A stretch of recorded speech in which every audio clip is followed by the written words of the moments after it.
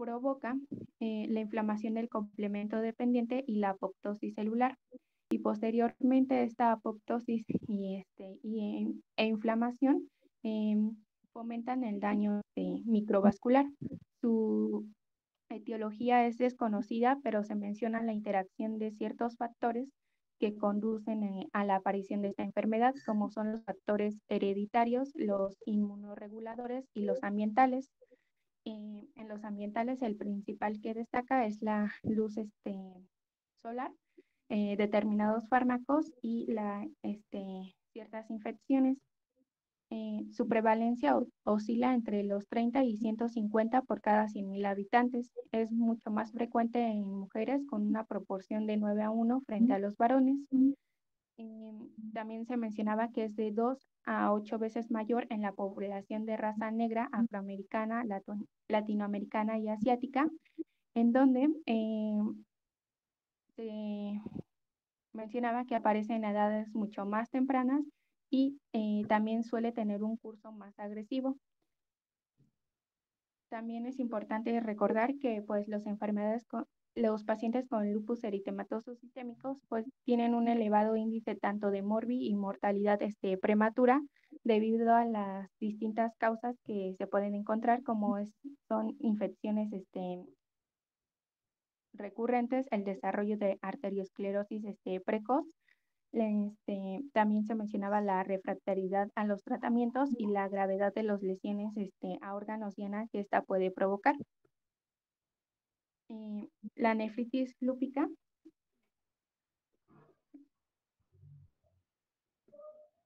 se menciona que es una glomerulonefritis mediada por la formación de inmunocomplejos que forman parte pues, de las manifestaciones del lupus eritematoso sistémico. Pues como ya les menciono, es una complicación que hay que descartar en todos los pacientes con esta enfermedad y aparece entre el 40 a 70% de los pacientes con lupus eritematoso sistémico en los primeros 3 años de evolución. Clínicamente se puede manifestar como cualquier síndrome nefrológico. Van desde alteraciones mínimas, más adelante lo vamos a ver, del sedimento urinario hasta una enfermedad renal crónica. Y bueno, del 10 al 20% pueden llegar a desarrollar de los pacientes con nefritis lúpica, desarrollar falla renal crónica. La edad oscila en aproximadamente el 65% de los pacientes entre los 16 y 55 años, siendo la edad media de los 37 a los 50 años. Otro dato que mencionaban era que los pacientes jóvenes tienen una mayor incidencia a la nefritis lúpica y a diferencia de los pacientes que presentan esta enfermedad con una edad mucho más avanzada. Y también más adelante vamos a comentar que pues esta enfermedad se caracteriza por episodios alternados de remisión, ya sea de forma espontánea o tras el tratamiento. La siguiente, por favor. Bueno, vamos a continuar con su fisiopatología y aquí vamos a tener 4 características inmunopatológicas principales que se van a caracterizar en la nefritis lúpica. Vamos a tener principalmente los anticuerpos anti-ADN e inmunocomplejos circulantes. Estos van a ser los responsables del daño renal. Vamos a tener también una participación importante de los linfocitos, tanto T como B. Vamos a tener que los linfocitos T, que van a modular la formación anómala de los linfocitos B, y estos linfocitos B hiperreactivos van a producir los anticuerpos anti-ADN y algunas concentraciones elevadas de nucleosomas. Una forma rápida de explicar la fisiopatología va a ser que van a haber depósitos de complejos inmunitarios, los cuales van a activar la vía clásica del complemento. Esto nos va a ocasionar una lesión mediada por el complemento, una infiltración mediada por complemento y la infiltración leucocitaria y activación de factores procoagulantes de la liberación de citocinas. Los principales anticuerpos que vamos a encontrar, como ya les dije, el principal va a ser el anticuerpo anti-ADN, que se va a encontrar en el 70 al 96%, y estos se van a alojar principalmente en las estructuras del glomérulo, principalmente la membrana basal glomerular, las células mesangiales, células epiteliales glomerulares, células endoteliales glomerulares y células epiteliales del tubo proximal. También vamos a tener los anticuerpos antinucleosoma, que van a ser de los más presentes, que tienen una mayor prevalencia, desde el 60 al 90%. Igual se van a colocar en lo que va a ser el glomérulo, principalmente en la membrana basal glomerular. Y van a haber otros que no se van a presentar tan frecuentemente, pero uno de ellos también muy importante es el anticuerpo del complemento C1Q, que igual se va, que es un factor importante en la progresión rápida de esta enfermedad. Aquí se los vuelvo a explicar un poquito mejor. Vamos a tener que los anticuerpos anti-ADN y los antinucleosomas van a formar inmunocomplejos. Estos inmunocomplejos se van a empezar a atorar, por así decirlo, en el glomérulo, van a empezar a activar la cascada clásica del complemento, van a ver la producción anómala de los linfocitos T como B. Los linfocitos B van a empezar a reclutar tanto macrófagos, células dendríticas y citoquinas y van a formar anticuerpos nefrogénicos. Esto se va a ocasionar una inflamación y van a producir el glomérulo interleucinas. Las más importantes van a ser la 12 y la 18, interferón alfa, y la producción de óxido nítrico sintetasa, que esto nos va a llevar a que se presente la proteinuria, que va a ser muy importante en esta enfermedad, lo que nos va a llevar a la nefritis lúpica. Y como ya lo dijo mi compañera, la principal característica va a ser una glomerulonefritis. Bueno, recordando un poquito los factores de riesgo, van a ser que se va a presentar en el sexo femenino con una predominancia de 9 a 1 con los varones. Se va a presentar principalmente en la raza negra, afroamericana, latinoamericana y asiática. Los factores genéticos se van a presentar en genes del complejo mayor de histocompatibilidad, enfermedades con déficit congénito del factor del complemento, mutaciones genéticas implicadas en el aclaramiento del complemento de complejos inmunes circulantes, factores hormonales, alteraciones hormonales ligadas al cromosoma X, gestación, tratamiento con estrógenos conjugados y progesterona y factores ambientales, que es la radiación ultravioleta, infecciones virales, principalmente por el virus de Epstein-Barr, y fármacos como la procainamina, hidralacina y quinidina. Bueno, continuando con su cuadro clínico, vamos a tener que la mayoría de los pacientes o todos los pacientes van a presentar la proteinuria. También van a presentar un síndrome nefrótico del 45 al 64%, cilindros granulares, cilindros eritrocitarios, hematuria microscópica, hematuria macroscópica. La función renal va a ver disminuida en el 40 al 80% de los pacientes. La falla renal aguda se va a presentar en el 1 al 2% de los pacientes y la hipertensión arterial sistémica se va a presentar en el 15 al 50% de los pacientes. Bueno, para una mayor comprensión, vamos a tener que la nefropatía lúpica se va a dividir en 5 tipos. Pero ahorita lo vamos a explicar mejor cada uno de esos tipos, ya que esto depende de la histología por medio de la biopsia. Pero ahorita vamos a explicar principalmente su clínica. Vamos a tener que en el tipo 1 no se va a presentar ninguna manifestación clínica, ya que aquí va a haber cambios mínimos. En el tipo 2 es donde se van a presentar las manifestaciones clínicas con una proteinuria leve o moderada, sin insuficiencia renal y sin hipertensión arterial. En el tipo 3 vamos a tener ya la proteinuria moderada, microhematuria. Se puede presentar tanto la hipertensión arterial como la insuficiencia renal, que son poco frecuentes. Ya en el tipo 4 vamos a tener ya la proteinuria importante, el sedimento activo, hipertensión arterial, insuficiencia cardíaca, ya casi en el 50% de los pacientes. Y en el tipo 5 vamos a tener ya la proteinuria habitual, el síndrome nefrótico, mayor al 50%, hematuria, que esa va a ser un poquito rara.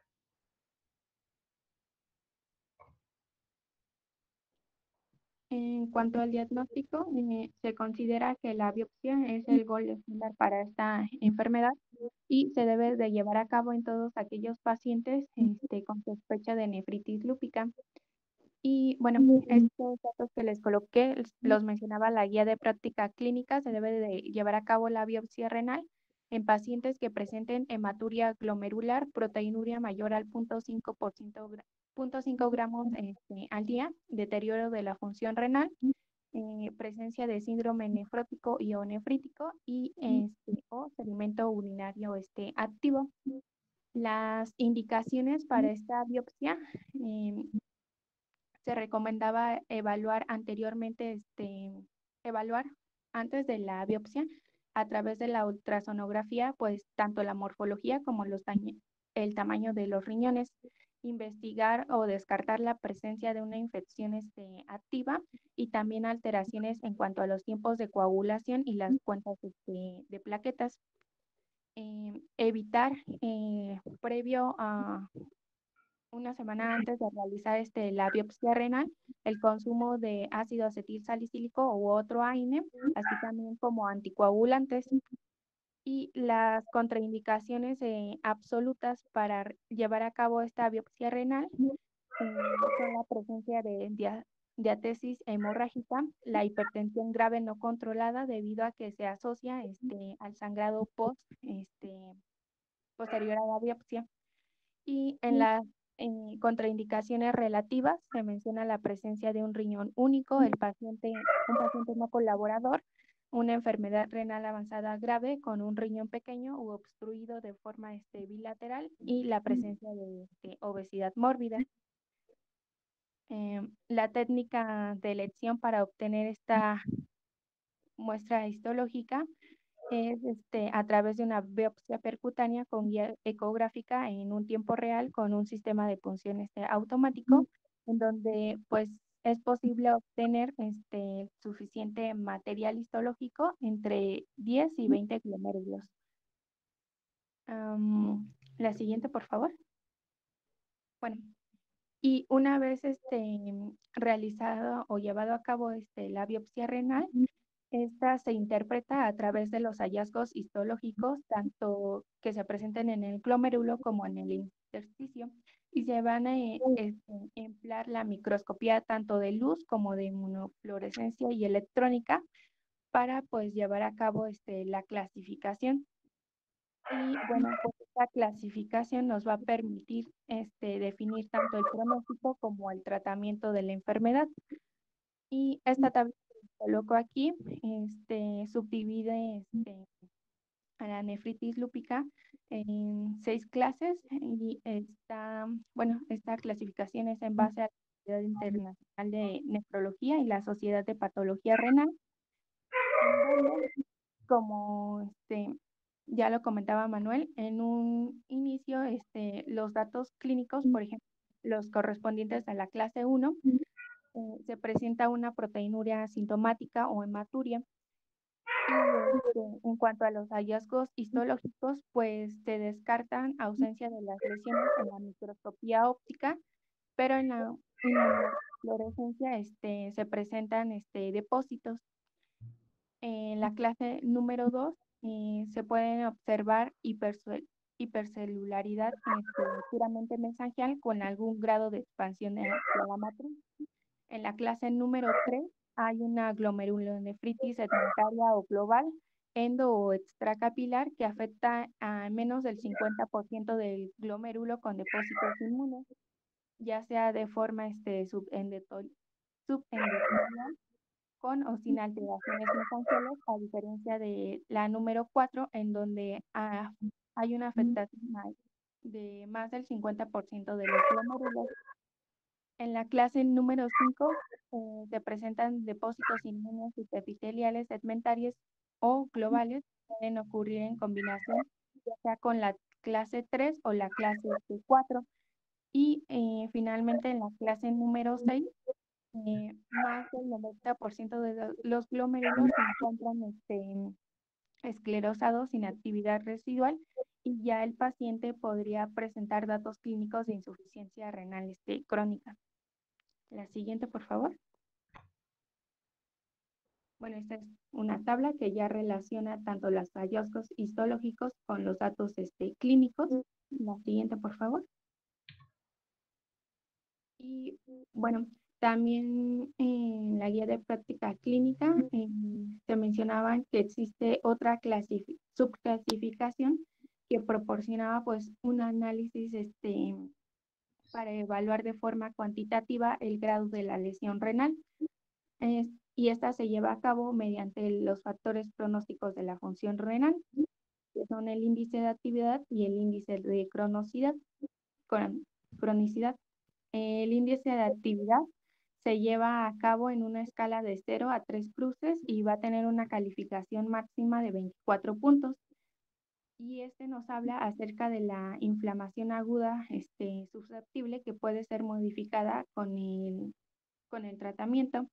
En la tablita azul se enumeran las lesiones en la en donde menciona lesiones inflamatorias corresponden a las lesiones, una de las cuantas lesiones que se valoran en el índice de actividad, como es la proliferación endocapilar, eh, el infiltrado leucocitario, los depósitos de asa de alambre, que es la imagen superior derecha, la presencia de semilunas epiteliales o la inflamación del intersticio. También, bueno, en esta tablita no menciona otra forma de lesión, pero es la imagen inferior derecha, los cuerpos hematoxinófilos también corresponden a parte de las lesiones inflamatorias. Y bueno, el otro factor pronóstico es el índice de cronosidad, en donde tiene una calificación máxima de 12 puntos y pues se consideran lesiones irreversibles, como son la glomeruloesclerosis, las semilunas ahora fibrosas, la atrofia tubular y la fibrosis intersticial. La siguiente, por favor.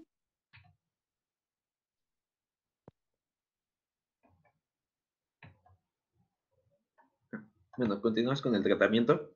Vamos a tener diversos objetivos para este tratamiento, que va a ser lograr la remisión completa de la enfermedad, mantener la función renal, reducir la incidencia de exacerbaciones de la enfermedad y controlar la proteinuria y factores de riesgo cardiovascular. Para ello vamos a utilizar diferentes fármacos. Una de las principales herramientas que vamos a utilizar va a ser el esteroide, que va a ser la prednisona, que se va a utilizar aproximadamente en 1 miligramo por kilogramo de peso al día.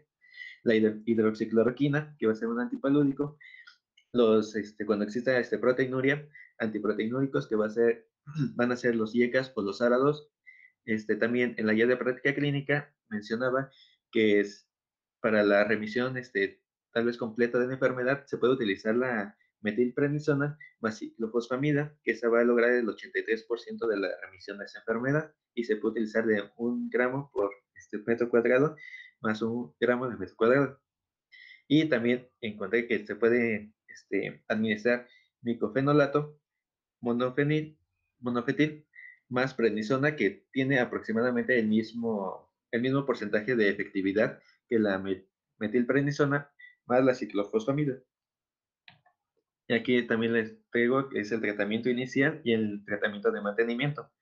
Como les dije, van a ser principalmente los corticoides, que va a ser la prednisona o metilprednisolona, la ciclofosfamida, el micofenolato, los corticoides igual para el mantenimiento, que va a ser la prednisona, el micofenolato y la acetoprima.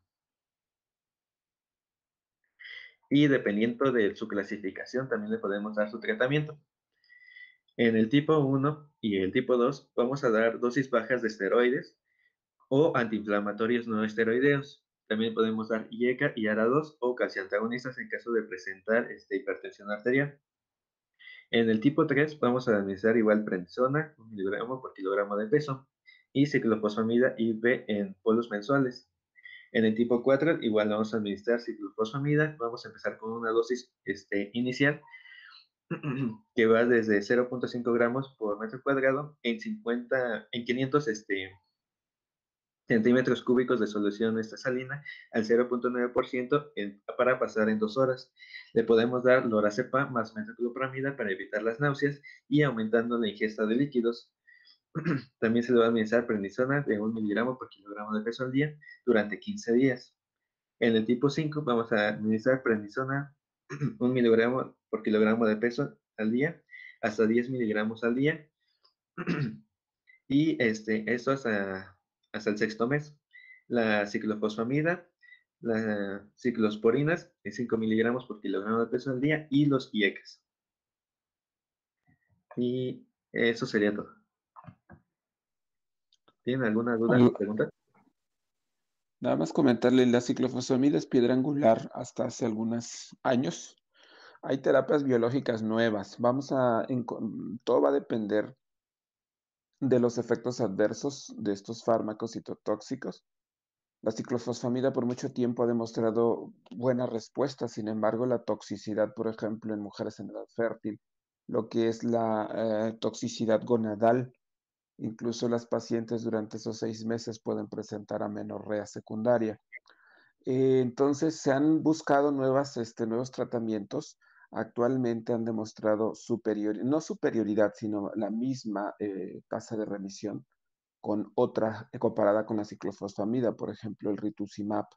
Si es una mujer en edad fértil que desea, posterior al control de la enfermedad o en el futuro, un embarazo, debemos de dar un perfil de seguridad, entonces evitar la ciclofosfamida y utilizar estos anticuerpos, ¿no?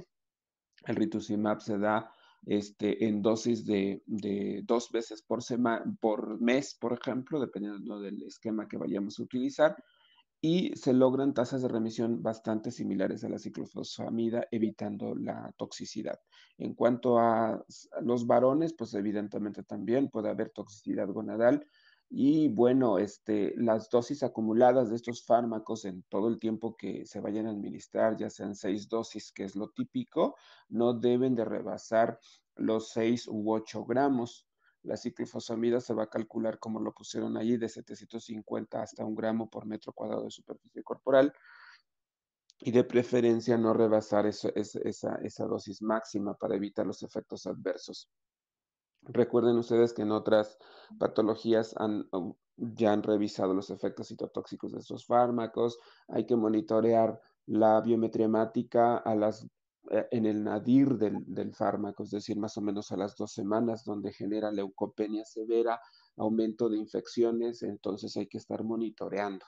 Otra cosa importante es que cuando nosotros utilizamos terapias citotóxicas, debemos descartar cualquier proceso infeccioso para poder administrarlos, porque si no, pues generamos mayor potencial complicaciones debido a la inmunosupresión que se le somete al paciente.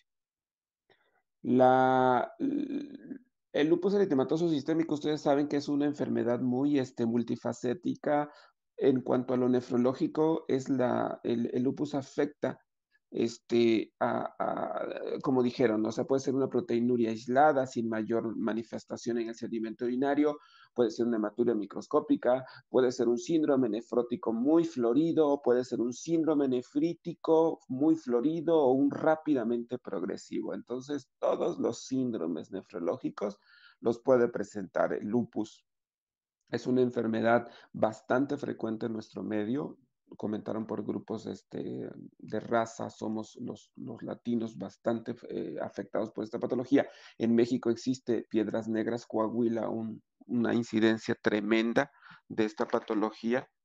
Y bueno, eso impacta muchísimo también para poder lograr tasas de remisión comparadas con la literatura internacional, debido a que es mucho más resistente para lograr la remisión de la proteinuria y la tasa de filtrado glomerular, regresar a la tasa de filtrado glomerular antes de la enfermedad. Entonces, hay que ser muy cuidadosos en sospechar esta patología por todos los factores epidemiológicos que ya comentaron, y siempre tener pues el acceso a todo, ¿no? O sea, los estudios de laboratorio, el perfil inmunológico, etcétera, para poder nosotros formar nuestro cuadro clínico y corroborarlo, ya sea con los criterios del Colegio Americano de Reumatología, para poder nosotros,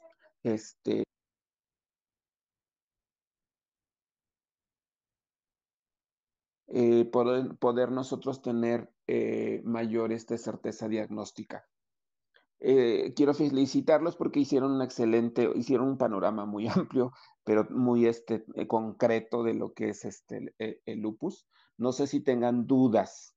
Recordarles también que la biopsia renal, primero evaluamos el tamaño renal y después, conjunto con el cuadro clínico y los estudios inmunológicos, pues ya nada más para saber qué clase de nefritis lúpica vamos a estar presente, porque tenemos mucha sospecha por el perfil clínico, por el comportamiento del deterioro de la función renal, por la presencia de sedimento urinario. Tenemos bastante certeza de la clase. ¿Por qué es forzosamente hacer la biopsia? Pues sobre todo para cuestiones de pronóstico. Ya bien comentó Brenda que si nosotros tenemos un índice de cronicidad muy alto, sería absurdo estar dando un tratamiento que le va a generar más complicaciones al paciente y no vamos a obtener mejoría clínica. Entonces, aquel paciente que tiene un índice de inflamación o de un índice de alteraciones histológicas agudas, inflamatorias, nosotros debemos de dar una terapia bastante intensa en cuanto a la inmunosupresión porque tenemos la enorme posibilidad de detener ese proceso infeccioso y además de poder dar una terapia intensa y mejorar el pronóstico del renal, ¿no? Recordar que si no se hace esto, el paciente termina en diálisis, en una enfermedad renal crónica y obviamente la morbimortalidad se incrementa. No sé si tengan comentarios o dudas. Recuerda también que la biopsia es forzosa tener inmunofluorescencia. Quiere decir esto entonces que el tejido renal deberá someterse a solución salina 0.9%, jamás en otro tipo de solución, para que podamos tener nosotros la oportunidad de tener un estudio completo de microscopía de luz, inmunofluorescencia y por supuesto la ventaja que nos podría dar la microscopía electrónica, ¿no?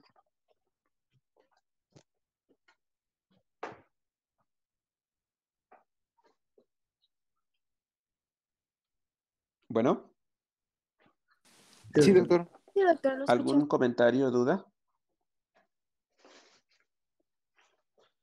Cuando nosotros pasamos por los pisos de medicina interna, siempre encontramos casos muy sugestivos. No son tan típicos con el eritema malar, etcétera.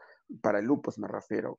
Acuérdense que esta es una manifestación de esta enfermedad, pero siempre hay que tener aguzados los sentidos y pacientes que están en protocolo de un proceso infeccioso, por ejemplo, es muy frecuente encontrar pacientes febriles, que les haces hemocultivos, no les encuentras foco infeccioso, una serositis, un derrame pleural manifestaciones hematológicas, por supuesto, una hemoglobina ahí, una anemia muy leve, pero el sedimento urinario, muchachos, siempre, si se han dado cuenta cuando estamos hablando de patología renal en cuanto me refiero a glomerular, siempre va a ser un estudio muy accesible, fácil de realizar, pero debemos saberlo interpretar. Y para el sedimento urinario en el contexto de nefritis lúpica, ya lo había dicho, no sé si fue Brenda, que los datos de actividad relacionados al lupus que se pueden corroborar en el sedimento urinario deben de ser, uno, la proteinuria. Se dice que la proteinuria debe ser mayor de 0.5 gramos.